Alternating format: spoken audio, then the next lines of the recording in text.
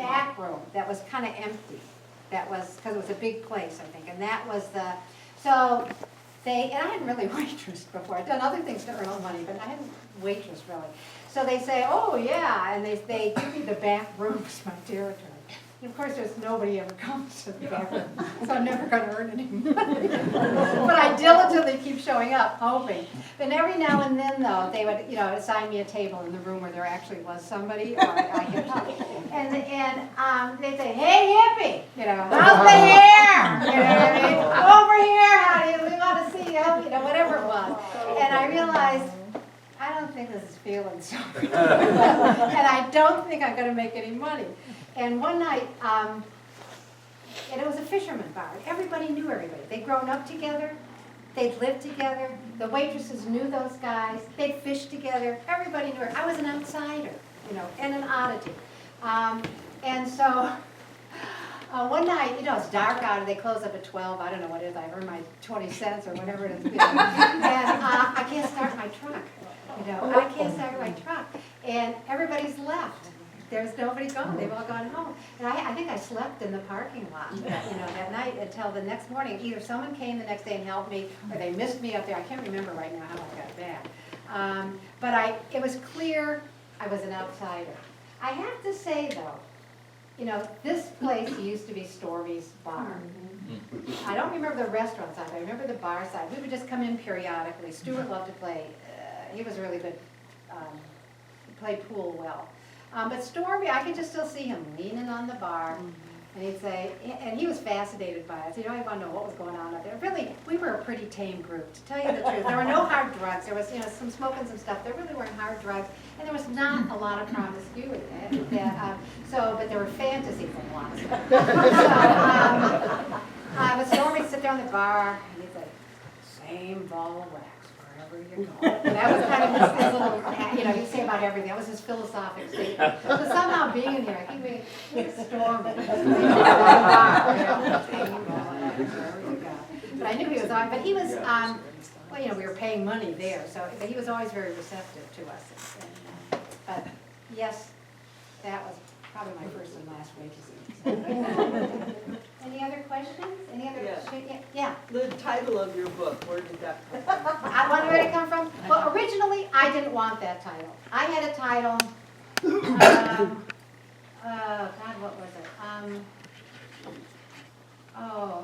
it? It was something like, I can't remember, and then there was this colon, and it said, from Yale to Naked in the Woods. It was like, I don't know, 5 years in a hippie commune, whatever it was, from Yale to Naked in the Woods.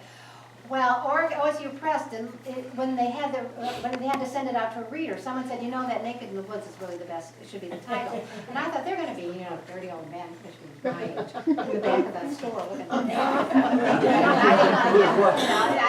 I don't want to sell it like that, And I realized, and I came up with, I just sat there and tried to throw different titles at them, and more titles, and more titles. Try this. What about that? What's the idea here? And they kept saying, well, they've been wonderful. Everyone there is wonderful. They would gently say, well, I don't think that one works. No, we're not really caring for that one too much, And then finally I got it. I said, okay, let's go for it. And some people say it's great.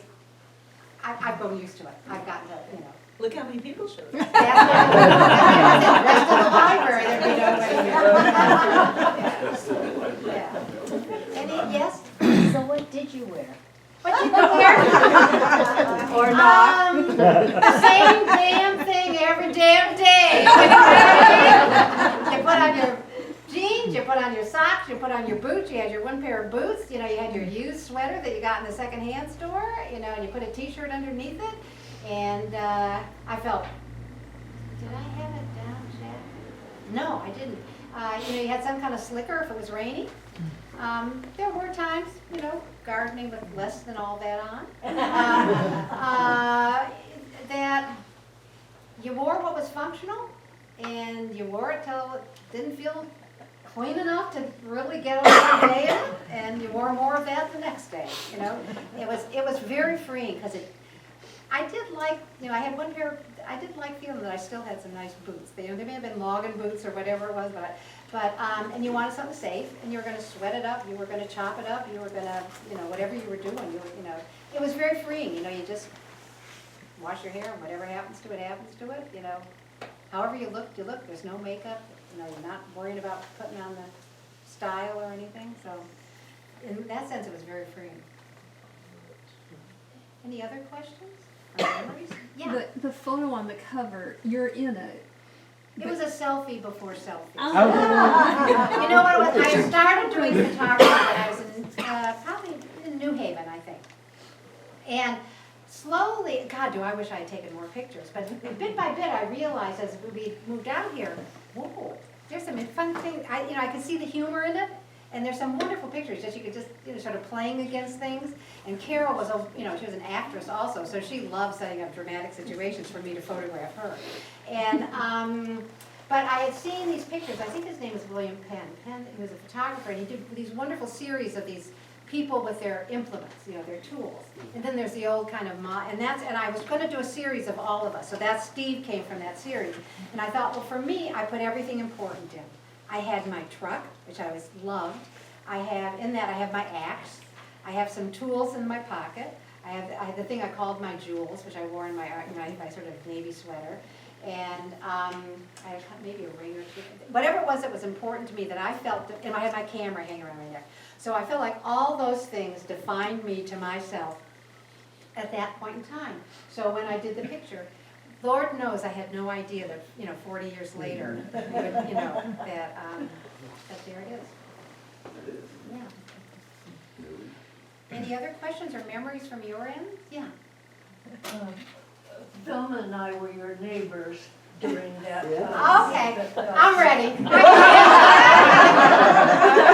I had no idea that all of this was going on. Thank you. I drove the school bus through that neighborhood. Yeah. And also worked with the Title I program for the school district, so we knew your first children that started the school there. But I think we lived pretty much like you did, actually, buying our farm. Yeah. We were beginning our career as sheep and cattle growers.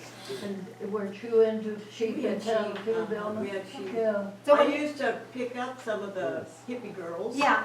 And they'd be walking up the road, they had no idea how far they were gonna go. Yeah. And one day Yeah. they Take them to said, the commune, we're right. supposed to get off, we're supposed to walk when we get to the myrtle tree and go up the hill. I said, yes, I know where that is. Yeah. And she'd go, oh, it is quite a ways, isn't it? I said, "Yes, you have a ways to go. Yeah. Well, let me ask you, how long have you, where around here do you live and how long have you lived? Well, we live out here north of town now, but we lived up there, our house was 7 miles up the creek before you got to the bridge. Remember when we said With the little right house after down apple? the apple- so that was your Velma's apple. apples, that's Velma. And when you lived up there, you probably, that's it. There was a woman where the greasy spoon is now. There was Mrs. what's her name? Mrs. Kane. Mrs. Kane. Mrs. I have a Kane. wonderful picture of her, I don't have it with me, she was running that diner then.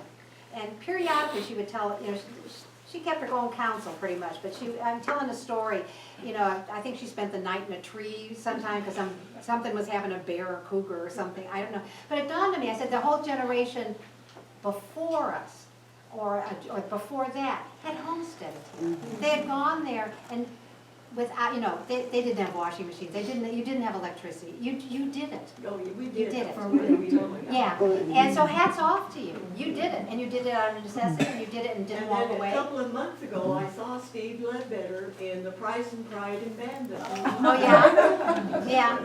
Yeah. I hear he comes by sometimes, and I haven't seen him, I was in touch with him when I did the book. But I think that, there was one time, I actually started to write, when I think I was up here, I wanted to write about the women who had settled here. Because I felt an affinity, but I also knew I was light, you know what I mean? Or that you had lived here and done it not by choice, not by trying, but that's what there was. And I thought there were just great adventures to tell. And also, there are a variety of books about communal experiences. Some of them, I wanted this to have more depth than just a joke. A lot of them present the hippie stuff as two-dimensional, peace, love, smoke a joint. But I said, there was a real, I can only speak for myself, I really, once I got into it, I felt like I wanted a life that was connected to other people. I wanted a life that was connected to the land. I wanted a life where I felt like I was doing something of value. And it was also a tremendous adventure. And I'm just always so grateful for the chance I had. And I was going to say, there are books written by a lot of different people. Some of them just are caricaturized and look silly. And they're not, and some are not that interesting. I wanted this to be a good read, to have a narrative. But I also, this is from a woman's point of view. You know, I was looking at some pictures of, there was a commune, I think on the East Coast, Taylor Camp or something like that. And someone took beautiful black and white photographs. And I saw a bunch of them online. And most of them are of lovely, young, nubile, naked girls. Oh, with flowers in Yeah, their hair. yeah, and I'm thinking, well, I didn't take those pictures. So it's a very different point of view. So, what was it like to be a mother up there? What was it like to be a woman? And I did feel, to get back to the point, an affinity to the authentic experience. Not saying mine wasn't authentic, but it was a different experience of your generation. And Were you by any chance the one who had a pony that was given to? yes! Oh my God! It ran to your house. It came down to our place, and you came down to get it, and you couldn't, and my husband went after it, and it reared up at my husband. Yeah! And he hit it with a fence post. Here's a story on that. Woody had, that back field out there, and he had a horse with this, and had babies. And they were small, it was like a pony, but it was just, and it had been running, feral, wild, absolutely nothing done to it for 2 years. It was like 2 years old. He says, "Oh, it's your birthday, I've got a present for you." Oh, great! What do I do with it? And of course, the stupid thing is, it'd been out there for 2 years. The joke is on me, because what are you going to do with a wild pony after 2 years, So, besides, I had no money. So I go down there, he tries to teach me how to break it. I charge it. I don't know. So at some point, I did take it up the land, because I had to get it off his land. I named it after my niece, who's now a great scientist. Her name was Petra. And I remember it was summer, and the pony broke loose. And I had to go tramping through the woods. And I remember it was somebody else's land. Isn't that funny? I remember I came home, I had sunstroke. I don't do heat very well. I remember having to go back to my cabin and and I don't know whatever happened. The pony eventually was sold.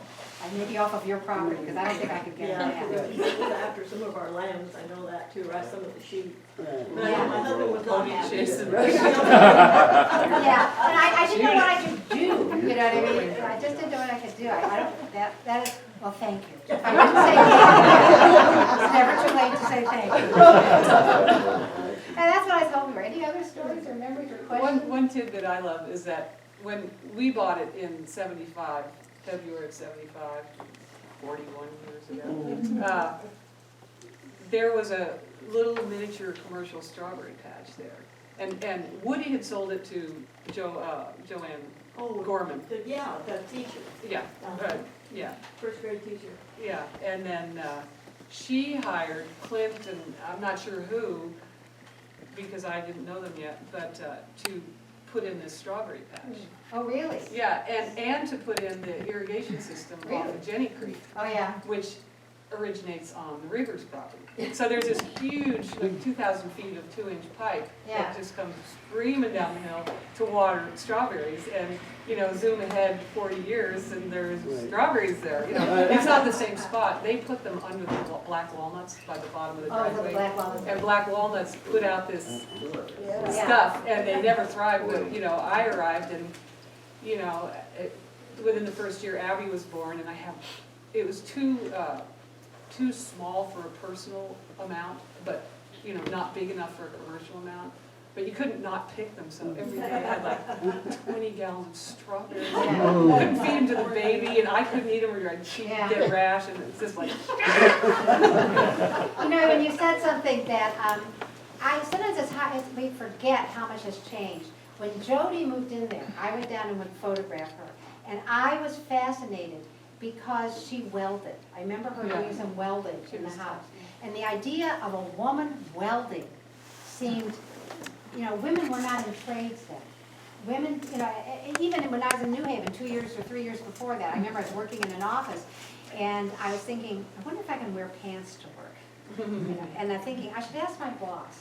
And I thought, no, don't ask, because they'll always say no. The idea that you had to ask to see whether you could wear, the idea that a woman welding was, was sort of revolutionary to me. Yeah. She also let her horses into the house. Yeah. Oh, Yeah.